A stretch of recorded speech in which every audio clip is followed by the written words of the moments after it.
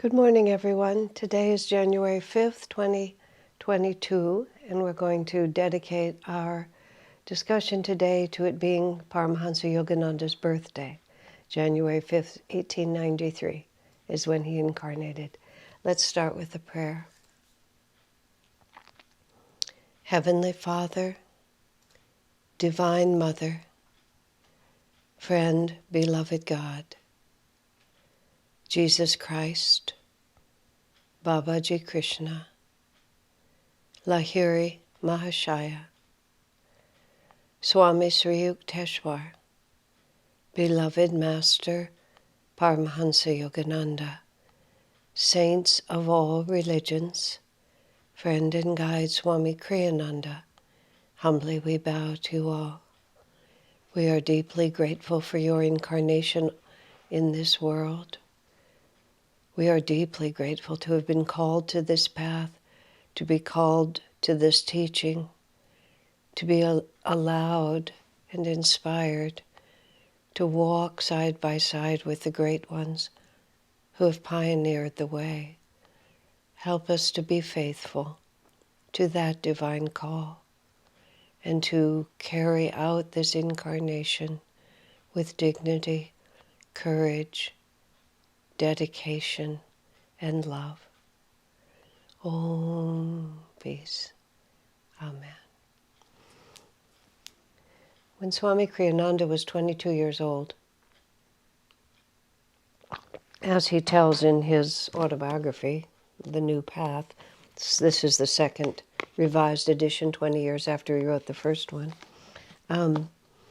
he talked about he was on an intense search for truth and having eliminated option after option, dropping out of college, deciding to be a playwright, giving up the idea of being a playwright, now just trying to find truth.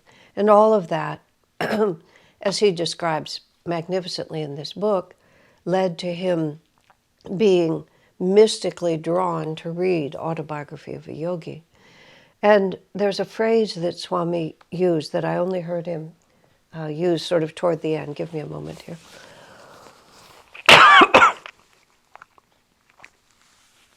Swami described his entire life up to reading Autobiography of a Yogi as feeling that he had always inhabited a world of his own. And what he meant by that was no one around him really shared the perspective that he had.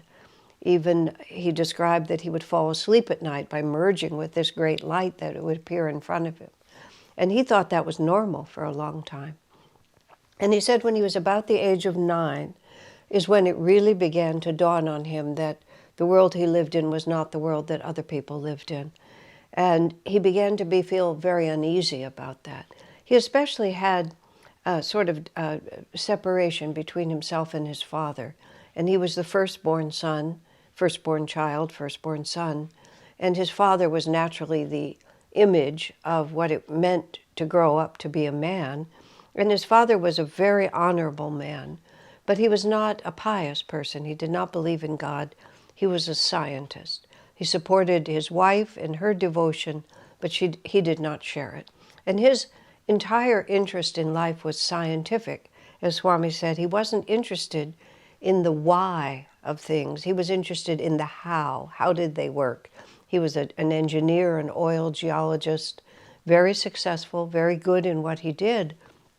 But Swamiji felt increasingly isolated as he grew into enough awareness to realize that he could never share his father's world. And when his 2 brothers were born, they were much more in tune with his father's way of doing things than Swami ever was. And he became anxious. And from the age of 9 until he met Master at the age of 22, at first he was trying to fit in. He was trying to match that world.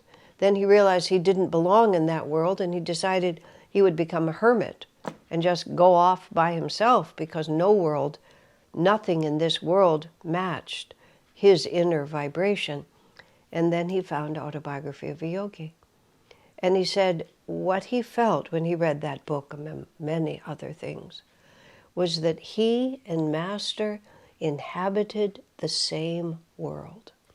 And that is such a vivid and a beautiful way to say it. It's like all of a sudden, I see that there might not be many who live in the world that I live in, whose vibratory understanding of human consciousness is this way, but I am not alone. There are others who are like me. I met Swami, as it happened, also when I was 22. My life was not nearly so dramatic or in any respect didn't have the power and the drama of Swami's, but my experience of meeting Swami was exactly the same. For the first time in my life, and I had dropped out of college and had no ambitions, and I felt like I was sitting in the wings, just waiting for my show to start, and I just didn't know what it would be. I saw Swami Kriyananda, and for the first time, I saw something in this world that I wanted to emulate, something that I trusted that I wanted to emulate. Now, when we contemplate these things, it's like Yogananda was one individual. Jesus Christ was one individual. Krishna was one individual. Buddha was one individual. We know nothing about all the hundreds of thousands of millions of people who inhabited the planet at the same time they did. And at the time they were living, at the time Yogananda was living, a few people noticed him, but very, very few. The world just rolled on in its normal manner. But when you look back historically, you see the power of these single individuals to completely transform all of civilization. There's no way the rational mind can embrace it. It just doesn't make sense according to the way the material world describes itself. But it's not a mystery. It's a mystery that is explained by simply expanding our dimensions, just expanding our dimensions of time, our concepts of even what the material world is. We are, as it happens, in a rising age. And so, man's dawning awareness that everything in this world is a manifestation of divine energy, that what we think of as material and physical is really the most condensed, least complete expression of the real power, which is coming from a higher reality. And there are many, many people born on this planet at this time who are receiving this new kind of energy. Swamiji said in one of his a talk that he gave on Master's birthday, he talked about this great force of energy is coming into the planet now because we're in a higher age, and what characterizes a higher age is that we are literally astronomically, not astrologically, but astronomically, our Earth is moving toward the center of our galaxy, and it's being radiated with greater and greater intensity of energy. So the whole consciousness of this physical sphere becomes more enlightened because of that. And Swami described how many people are feeling this increased energy. And interestingly, he said, and some are trying to master it with egoic power. And it's following a path of coercion, of violence, of sensual indulgence, of drug addiction, of self-aggrandizement in every way that you can think of, because they feel the energy coming and they're trying to use it in the same way that they use all energy for self-gratification. And then others of us are feeling that energy, and we realize its potential for goodness, its potential for light, its potential for true bliss, for transcendence, and we're trying to cooperate with it. And so the great masters, in this case Yogananda, who came as a messenger, not only for himself, but for this whole line of masters. He's come to teach us how to cooperate with this. And this is by no means the first time that the soul Yogananda has taken on this responsibility. In fact, as Swami remarked, that many of the great masters that recorded history holds are weaving in and out through some aspect of this particular spiritual family. Babaji was Krishna in a former incarnation. Master was Arjuna and was with Krishna at that time. Master played a role in the social evolution when he incarnated as William the Conqueror, when he incarnated as Ferdinando III. And all of that was in order to preserve the power and the message of Christianity. And so we have Jesus Christ in the background. And Swamiji became convinced by the end of his life that in fact Christ himself was a previous incarnation of Yogananda. Yogananda said that the three wise men who came to visit the baby Jesus were Sri Yukteswar, Lahiri, and Babaji. So if those three masters were present, Swami says the obvious question is, who was in the cradle? Who was in the manger? And where was Master in that context? Now, I'm not trying to say those things to sort of take us into realms of woo-woo, as Swami used to call it, where we just really don't know what we're talking about. But what we're really talking about is that this world is not at all what it seems, and that the power and the purpose of our personal incarnation, Master's incarnation, Swami's incarnation, our coming in with him, it all is part of a much bigger trajectory of history that gives meaning and purpose, and much more importantly, that gives specific direction to how we can carry out this incarnation in the way that was intended.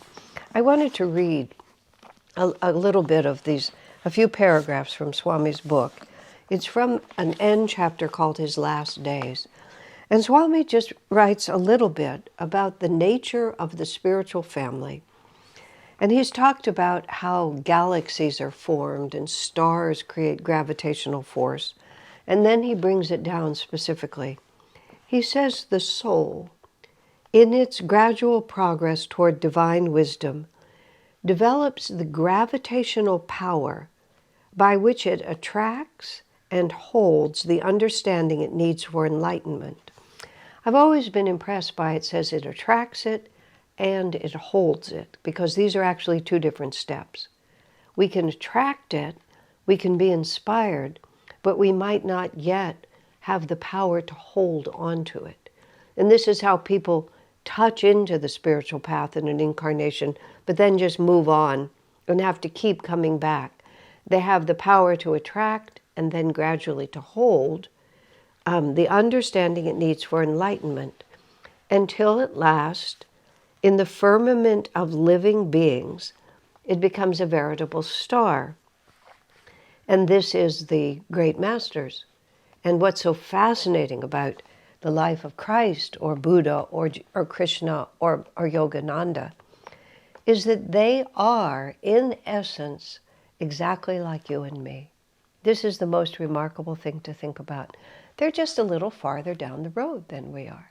They have spent more incarnations developing the power to attract and then hold the understanding needed for enlightenment.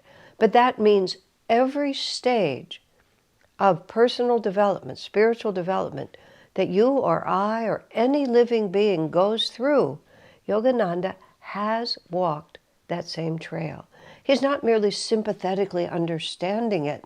He's been there, he's done it, he's developed the gravitational power to develop the understanding, to transcend it. And the practical application of that fact, which I think is a fundamentally important fact, we can't shock and we can't disappoint the masters. because they've been there. They've done it exactly the vibrational level of understanding or lack of understanding that any individual soul manifests. The master looks at it and says, yeah, I remember. Literally, I remember. And then the inspiration he can offer us for extricating ourselves from the suffering caused by our lack of understanding, it's not theoretical. It's not impractical. It's, I've been there, I stood there, try this, this will work. And that's why the master has such extraordinary power to change our lives. Because he's walking with us where he has walked. So Swami says, in the same way too, the soul develops the gravitational pull to form meaningful and lasting relationships with other souls. Gradually, in its outer life, it and others with whom it is spiritually compatible form great families of souls that return to Earth or to other planets to work out their salvation, not only inwardly on themselves, but by interaction with one another. To achieve divine emancipation, it is necessary to spiritualize one's relations with the objective world and with other human beings, as well as with God. So this is the other part of Master's incarnation, which is us, the great us. This morning on WhatsApp, I received an art piece, I guess I would call it, which was all of many of Master's disciples in Russia who had recorded together, translating into Russian from English, a song that one of the devotees in Assisi had written about Master, and they had put it together artistically with all their faces singing, and then all these pictures and film of Master going through the middle. And I happen to know the song, and the words are very simple. My Guru is coming today. I don't understand the Russian, but I understand the faces of those Russian devotees singing that song with Master's picture in front of them. And your mind just says, what power, what grace, what beauty, what love, not only from Master to them and them to Master, but in our brother and sisterhood with one another. Because, Swami writes, and you see, these paragraphs are so important because we have to change our entire understanding of why we are born and what we are doing here. Souls, over time, develop relationships with one another, and we develop spiritual families. And our biological birth is something. When Master's father spoke disparagingly of Sri Yukteswar, Yogananda's guru, Master looked at his father, who himself was a disciple of the same line of Masters, and Master said to his own father, physical birth is something, meaning some respect is required, but spiritual birth is everything. And then he said, if you say one more word against my guru, I disown you as my father forever. And of course, he was completely chastised and repentant and never spoke against Sri Yukteswar again. But that's what we're talking about. We have physical mothers, physical fathers, brothers and sisters biologically over and over and over again. But the unifying thread of all those incarnations is our divine aspiration to become free. Spiritual birth is something, but divine birth is everything. Biological family is something. It's not to be disregarded lightly, but spiritual birth is everything. And part of our spiritual journey, as Swami writes it here, is not merely to become one with the divine inwardly, but also through our brothers and sisters, to see that same power of the divine shining through the eyes of everyone. The stronger the family, spiritually speaking, the greater its attractive pull on new souls that may still be wandering in search of an identity of their own. Now, we think our own identity is our ego, but our true identity is who are we spiritually. Souls, truth seekers, ready to take the next step, wandering about trying to find out to what world do I belong. A family evolves with its individual members. At last, it too becomes a star in the firmament of humanity and begins to produce great souls of self-realization. As spiritual stars, such great families become powerful for the general upliftment of mankind. In Autobiography of a Yogi, Master writes that Jesus and Babaji together have planned the spiritual salvation of this age, that they're very concerned about what's going on, and through the power of Kriya Yoga and self-realization, they will shift this world from darkness into light. Like stars too, they then draw planets of less evolved families into their beneficial auras, vitalizing them with rays of divine truth. You see, Master's autobiography has sold millions and millions of copies in dozens of languages, and many, many people who have ended up dedicating themselves in one way or another to increasing light on this world attribute the catalyst for their incarnation to Autobiography of a Yogi. They haven't become disciples, they haven't become Kriyabans, but they have been called into the light aura of this great being. And in this way too, the masters are not sectarian. The masters wish to increase light and drive away the shadow. And anyone who is receptive to that vibration will be uplifted and changed.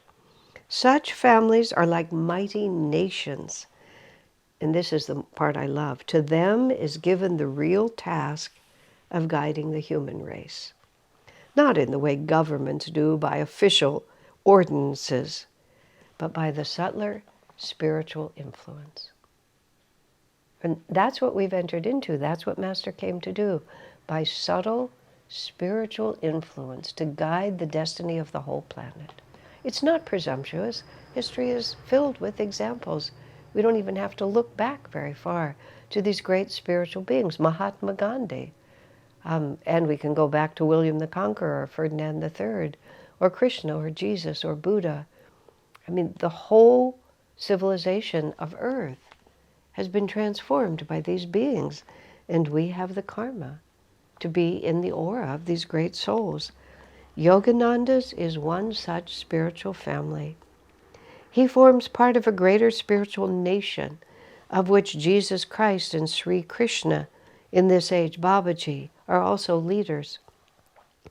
Yogananda, like William the Conqueror at Hastings, came to America to establish a beachhead, not in this case of worldly conquest, but of divine communion. Isn't that a beautiful way to say it? Master came to establish a beachhead in a hostile environment of pure materialism, and he came with one message, not my organization, my power, my name, my fame, my wealth, a beachhead of divine communion. Within each one of us, the same divinity lives. This is what Jesus said, "Be ye therefore perfect, even as your Father in heaven is perfect. That which I do, ye shall do in greater things. You call me master, but I call you friend." That's what Jesus said. We are equal in this. Each of us carries the part that is the right size and the right shape for the power of our own hearts. That's why so many souls have had their lives directed not toward becoming monks in a monastery run by Master, but to be instruments of the light in this world. Many have been born and are being born in the West to assist him in his mission. Many others are being attracted to it for the first time by the radiant magnetic influence the spiritual gravitational field he has created. Isn't that just, it's just so, now maybe I'm just talking about myself, but I don't think I'm the only one. When I was a young child and when I became an adolescent and I realized I was going to have to grow up and take my place in this world, there was nothing that I thought was worth doing. I remember talking to my father, who was a very honorable man and a good friend of mine when I was young, trying to explain to him, how could I possibly enter the world I see around me? It was so full of, it was so mediocre. And I don't mean that there weren't brilliant, wonderful people in it, but I wanted meaning. I wanted beauty. I wanted joy. I wanted some, more than just someone's opinion. You know, I had all the capability in the world to do any of those things, but they meant nothing to me. And I was becoming, by the time I met Swami, I discovered self-realization when I was 18. I met Swami when I was 22. During those years, I learned the philosophy of self-realization from Sri Ramakrishna on a very high level. But I didn't know what it was going to, I didn't know how to turn that into a way of life. And that's why when I saw Swami Kriyananda standing there, and I knew of Master. I even owned Autobiography of a Yogi, but I'd never read it. I never read more than a few pages. But when I saw Swami standing there, and I quickly learned that he was just an open window for Master, that whatever I saw in Swamiji that I wanted, it was Master coming through him. It was because Swami had erased himself and had become merely an expression of his Guru's work. When I saw it standing there for the first time, I didn't have Swami's words. We inhabited the same world. I didn't feel like I inhabited Swami's world. But Swami represented a world, finally, that I wanted to be part of. And never, from that moment, have I ever doubted that it was the right choice. Have I ever not known where the pole star was? You see, this is the power of Paramhansa Yogananda. This is the power of an avatar. The avatar may come quietly onto the scene, but he brings literally with him the power of the infinite. And Master simply radiates, and it's present tense. The fact that the body was born and dies was just a way for us to identify that consciousness and have a human way to be able to relate and give our hearts to it, to see the face, to hear the words, to hear the voice, to learn the teaching. But what we're really receiving is that gravitational pull within ourselves for the infinite. And what a gift.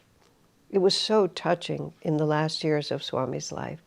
No matter what he was supposed to talk about, in a very short period of time, he would be telling us about finding autobiography, meeting Master, being initiated as a disciple.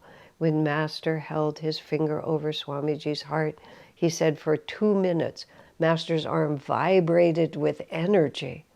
And Swami said, from that moment, his entire life was changed. Because he had no context, or had very little context for the experience of the autobiography and for meeting Master. It was all new to him, but it wasn't new. Because we've all been moving through these many incarnations with this one heartfelt cry. Who am I, Lord? Why am I here? How can I live in such a way that the deepest longings of my heart will be fulfilled? There is a perfect love and a perfect joy that is our destiny. And we know that. Otherwise we would be content with this, but we're not. And oh, what very, very, very, very, very, very good karma we have. Whatever hardships come, whatever sadnesses we fall into, underneath all of it, We have the very, very, very, very, very good karma to be on a planet where such a master has incarnated, and where all we have to do is open our hearts, and that master's consciousness will flood us and transform us forever. God bless you.